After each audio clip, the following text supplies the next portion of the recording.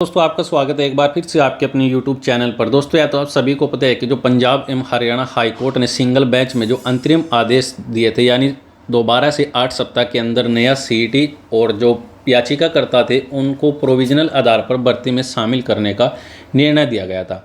तो हरियाणा सरकार ने हाई कोर्ट में दायर की अपील, यानी बिना CET के जो पास उम्मीदवारों को भर्ती में शामिल करने का है मामला। हरियाणा सरकार ने पंजाब एवं हरियाणा हाईकोर्ट के सिंगल बैच के जो अंतरिम आदेश था उसके खिलाफ जो अपील है दायर कर दी है।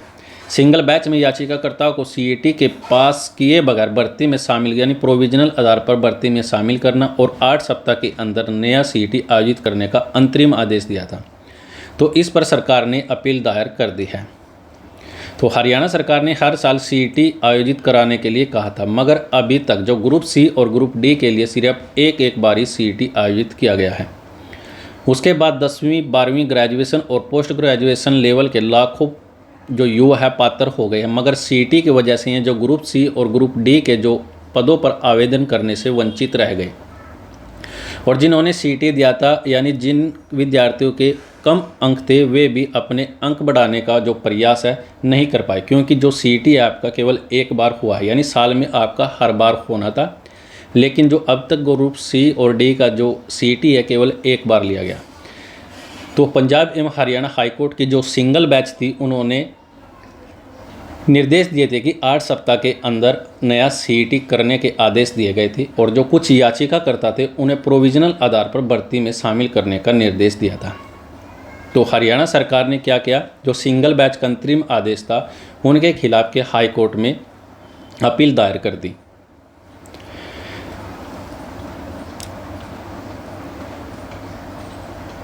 क्योंकि CET दोबारा नहीं, इसलिए कुछ युवाओं ने याचिकाकर्ता दायर की थी और भर्ती में भाग लेने का आग्रह किया था, जिस पर सिंगल बैच ने अंतरिम आदेश दे दिया था और प्रोविजनल आधार पर अनुमति भी दे दी थी, और साथ में सरकार को 8 सप्ताह के अंदर नया CET आयोजित करने को कहा गया था। इसके अलावा ग्रुप D के चयनित उम्मीदवार को नियुक्ति से कौशल रोजगार निगम से लगे कर्मचारी नहीं हटेंगे। तो हरियाणा सरकार ने ग्रुप D के चयनित उम्मीदवारों को नियुक्ति जिला आवंटन करने के बाद हरियाणा कौशल रोजगार निगम से लगे कर्मचारियों को नहीं हटाने के लिए कहा है।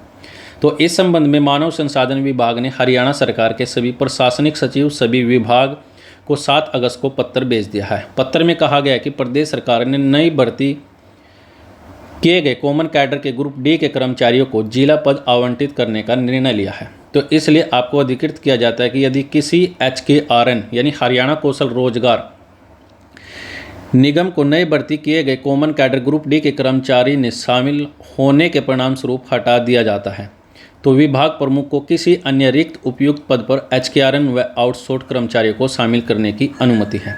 यानी जो आपके ग्रुप D के चयनित उम्मीदवार हैं उनकी नियुक्ति हो गई है, और जो कौशल रोजगार के निगम में लगे हुए कर्मचारी हैं उनको नहीं हटाया जाएगा।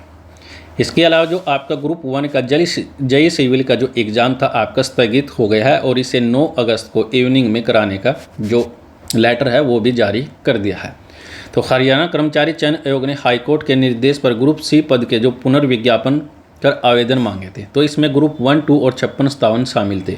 इसमें से जो पहला आपका एग्ज़ाम होना था ग्रुप 1 के लिए 7 अगस्त को प्रस्तावित था।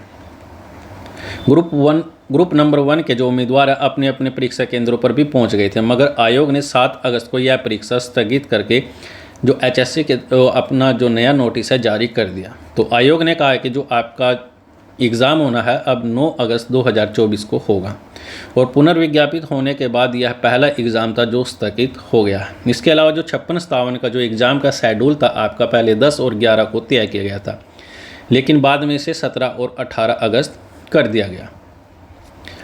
इसके अलावा JBT MPHW मेल पदों के विज्ञापनों का इंतजार ग्रुप D की बकाया लिस्ट का इंतजार भी उम्मीदवार कर रहे हैं। 2014 की जो रेगुलाइजेशन पॉलिसी पर सुप्रीम कोर्ट में अंतरिम सुनवाई शुरू।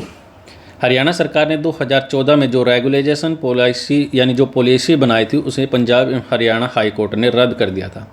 हाई कोर्ट के फैसले पर सुप्रीम कोर्ट में कई अपीलें दायर की गई। तो इन अपीलों में 7 अगस्त 2014 को सुनवाई हुई, मगर खंडपीठ ने 8 अगस्त 2024 को फिर से सुनवाई तय की है। अब इन पॉलिसी पर अंतिम सुनवाई चल रही है, तो 8 अगस्त को बहस पूरी हो गई तो उसके बाद सुप्रीम कोर्ट अपना अंतिम फैसला देगा और सुप्रीम कोर्ट में 5 साल से ज़्यादा का जो समय से यह अपीलें लंबित है। तो दोस्तों यह थी आपकी जो हरियाणा सरकार ने दोबारा से जो अपना जो सिंगल बेंच थी पंजाब एवं हरियाणा हाई कोर्ट के, उसके खिलाफ दोबारा से जो अपील है दायर कर दी है।